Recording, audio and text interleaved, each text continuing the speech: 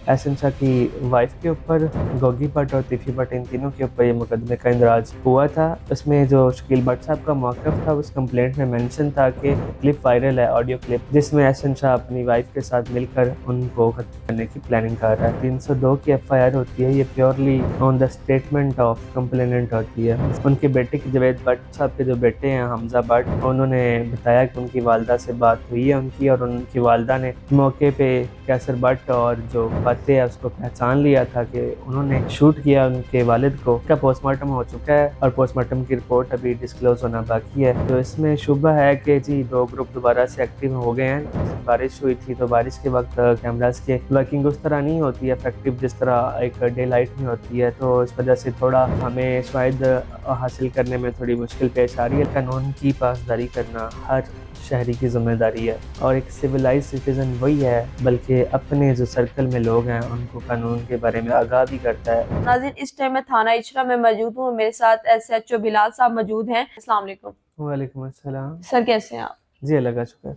अच्छा सर, उस दिन आपके पास पहले तो शकील भट्ट साहब की FIR आती है जो कि उनकी अहलिया के खिलाफ होती है, एहसन शाह की अहलिया के खिलाफ, और कैसर भट्ट और तिफी भट्ट के खिलाफ होती है, क्योंकि जो वॉइस रिकॉर्ड लीक हुई होती है सोशल मीडिया पे, उससे उनकी जान को खतरा है। तो उस FIR के बारे में आप क्या कहते हैं? शकील भट्ट साहब खुद आके उन्होंने FIR करवाई? जी, पुलिस ऑफिसर की तरफ से ये कंप्लेंट थी। जब पुलिस ऑफिसर की तरफ से एक कंप्लेंट आती है तो वो इस्तगासा की शक्ल में होती है, और क्योंकि ये एक हीनियस का एलिगेशन था इस कंप्लेंट में, तो इसे फिलफौर हमने इस पे FIR का इंदराज किया। और ये एहसन शाह की वाइफ के ऊपर, गोगी भट्ट और तिफी भट्ट, इन तीनों के ऊपर ये मुकदमे का इंदराज हुआ था। उसमें जो शकील भट्ट साहब का मौक़िफ़ था, उस कंप्लेंट में मेंशन था कि उन्होंने अपने इधर सेंटर में से एक बाल्टोन में बैठे हुए टीवी पे सुना है कि एक क्लिप वायरल है, ऑडियो क्लिप, जिसमें एहसन शाह अपनी वाइफ के साथ मिलकर उनको कत्ल करने की प्लानिंग कर रहा है। जैसे उनकी कंप्लेंट हमें ये रिसीव हुई है, इसमें हमने FIR का इंदराज किया, और हमने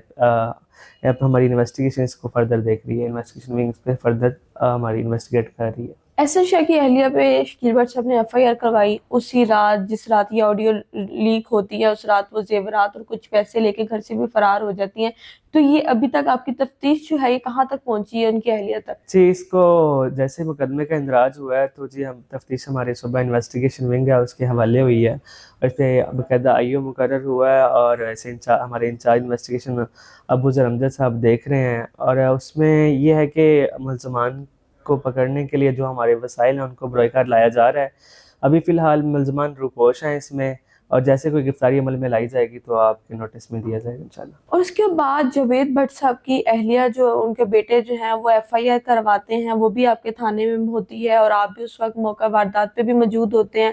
सब काम आपने खुद करवाए, पोस्टमार्टम वगैरह। उनके बेटे जावेद भट्ट साहब के बेटे ने जो FIR करवाई है, उनकी अहलिया बताती हैं कि उसमें जो नामजद अफराद हैं वो कैसर भट्ट और अमीर बलाज का छोटा भाई है। तो इसके बारे में, इस FIR के बारे में आप क्या राय रखेंगे? जी, जो 302 की FIR होती है, ये purely on the statement of complainant होती है। मसलन हमने FIR का इंदराज मुद्दई के मौक़िफ़ के मुताबिक करना होता है। जो मुद्दई हमें एप्लीकेशन देता है उससे मद्देनज़र रखते हुए हमने FIR का इंदराज अमल में लाना होता है। और जैसा कि उनके बेटे के, जावेद भट्ट साहब के जो बेटे हैं हमजा भट्ट, उन्होंने बताया कि उनकी वालदा से बात हुई है उनकी, और उनकी वालदा ने मौके पे कैसर भट्ट और जो फतेह है उसको पहचान लिया था कि उन्होंने शूट किया उनके वालिद को। तो उन्होंने इसी मौक़िफ़ को अडॉप्ट करते हुए वो मुद्दई बने, और उन्होंने FIR का इंदराज करवाया हमारे पास। उस टाइम जावेद भट्ट साहब की गाड़ी जिस टाइम डेड बॉडी लेकर गए जनरल हॉस्पिटल, पोस्टमार्टम वगैरह हुआ, तो उसमें क्या फाइनल हुआ कि जावेद भट्ट साहब को कितनी गोलियां लगी? जी, इनका पोस्टमार्टम हो चुका है, और पोस्टमार्टम की रिपोर्ट अभी डिस्क्लोज होना बाकी है। वैसे मौका से हमें 5 जो है ना एम्प्टी बुलेट्स मिली थी, 5 सिक्के जो हैं, हॉल जो जिनको बोलते हैं वो। लेकिन अभी इसमें उनको फायर कितने हिट हुए हैं ये पोस्टमार्टम की रिपोर्ट में ही डिस्क्लोज होगा। तो आपको क्या लगता है ये केस किस जानिब जाएगा और इसकी इन्वेस्टिगेशन कितनी देर में क्लियर हो जाएगी? जी, ये बड़ा हीनियस नोयत का मामला है, और इसमें हमारी टीम्स इन्वेस्टिगेशन विंग भी काम कर रही है, ऑपरेशन विंग भी कर रही है, हमारा OC यूनिट भी इसमें एक्टिव है। इंशाल्लाह इस तफ्तीश को हम जल्द से जल्द फाइनलाइज़ करेंगे। और जो इसमें शुबा है कि जी दो ग्रुप दोबारा से एक्टिव हो गए हैं, तो मैं आपको ये बताता चलूँ कि लाहौर पुलिस अपने बड़े पेशा वराना सलाहियतों को अमल में लाते हुए इस जो केस है इसकी तफ्तीश को बहुत जल्द फाइनलाइज भी कर लेगी, और किसी भी किस्म की जो ग्रुप्स के एक्टिव होने की खबरें हैं वो इंशाल्लाह लॉ इन्फोर्समेंट एजेंसीज भी हैं और पुलिस भी काम कर रही है। हम इस बात को इंश्योर करेंगे कि ऐसा कोई काम दोबारा ना हो। लोगों में खौफ हरास बहुत फैल चुका है। लोग कह रहे हैं गैंग वार का जो है वो आगाज हो चुका है, लोग वो डर चुके हैं, बाहर निकलने से भी डरते हैं। और सोशल मीडिया के तौर पे जो कहा जाता है वो ये कहते हैं कि सोशल मीडिया पे जो ये दुश्मनियां हैं ये आम लोगों की भी जाने लेंगी। असल में ये ना हाइप क्रिएट की है एज सच। इंशाल्लाह मैं आपको ये इंश्योर करता चलूँ कि जो हमारे लॉ इन्फोर्समेंट एजेंसीज़ हैं और पुलिस बाकायदा सबसे पहले रिस्पॉन्ड पुलिस ने करना होता है, और पुलिस इसमें बहुत एक्टिवली काम कर रही है। और जो ये चहमगोइयाँ चल रही हैं कि जी ग्रुप एक्टिव हो गए हैं, गैंग वार हो सकती है, तो ऐसा कुछ भी नहीं होगा इंशाल्लाह। हम इस चीज़ को इंश्योर करेंगे।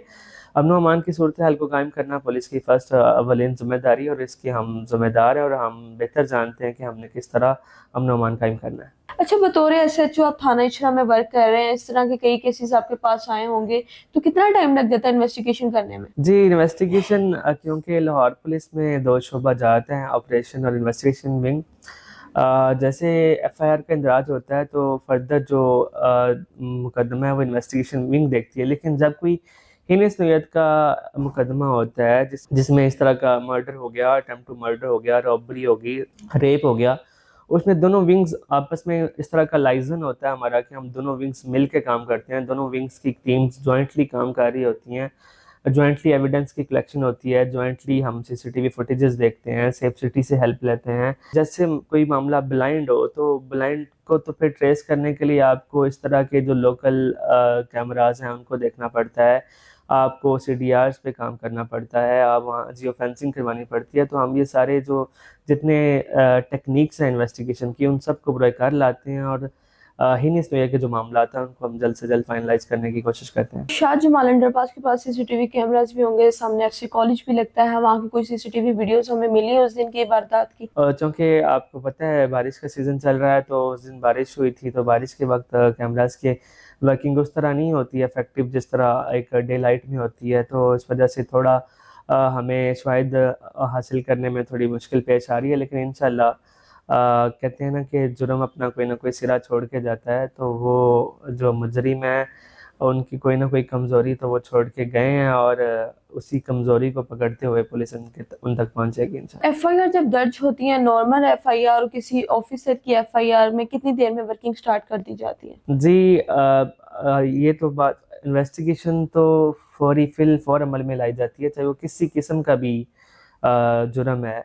कोई 15 की कॉल है तो हम उस पे फ़िलफ़ौर रिस्पॉन्ड करते हैं। लेकिन मैंने आपको बताया कुछ चीज़ें हीनियस होती हैं ना, जैसे मर्डर है, अटेम्प्ट टू मर्डर है, डकैती है, रॉबरी है, रेप है, अबडक्शन है, अगवा और बच्चों की किडनैपिंग हो गई। इस तरह के जो हीनियस नौइयत के मामलात होते हैं, इनमें हमारी ना जो फास्टेस्ट सर्विसेज हैं उनको हम अपना यूज़ करते हुए, मसलन उसमें हम ये नहीं देखते कि हमारी ऑपरेशन विंग काम करेगी, इन्वेस्टिगेशन विंग काम करेगी। उसमें जितने पुलिस के यूनिट्स हैं ना, सारे अपने-अपने तौर पे काम कर रहे होते हैं, और कोशिश होती है कि जल्द से जल्द जिसने ये कोई जुर्म किया है उसको पकड़ के उसे कानून के कटारे में लाया जा सके। सोशल मीडिया पे लोग कह रहे हैं, जो लोगों का ओपिनियन है और एहसन शाह की फैमिली का भी ओपिनियन है कि शकील भट्ट जो सीआई के ऑफिसर हैं काफ़ी अरसे से हैं और जुर्म को जो है वो हटाने में जो है वो कामयाब हो जाते हैं, तो कहते हैं कि शकील भट्ट ने खुद करवाया है। जी, ऐसी कोई बात नहीं है, ना ही इस तरह का कोई ओपिनियन लोगों को रखना चाहिए। हाँ, लोगों की राय है, राय इख्तिलाफ़ राय लोग रखते हैं, लोगों का मसलन हर बंदे की अपनी एक राय होती है। लेकिन पुलिस ऑफ़िसर है जो उसका काम होता है वो प्रोफ़ेशनली काम करे और वो न्यूट्रल रहते हुए काम करता है।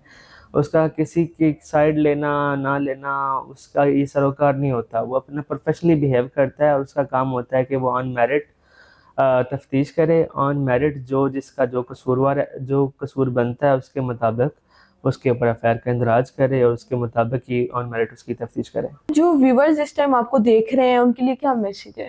मैसेज मेरा यही है कि जी कानून की पासदारी करना हर शहरी की ज़िम्मेदारी है, और एक सिविलाइज्ड सिटीज़न वही है जो ना कि कानून की पासदारी करता है, ना बल्कि अपने जो सर्कल में लोग हैं उनको कानून के बारे में आगाह भी करता है, और जो अवेयरनेस है वो पॉजिटिव लोगों में फैलाता है। तो मेरी जो व्यूवर्स हैं और जो हमारे शहरी हैं उनसे अपील है कि कानून की पासदारी करें।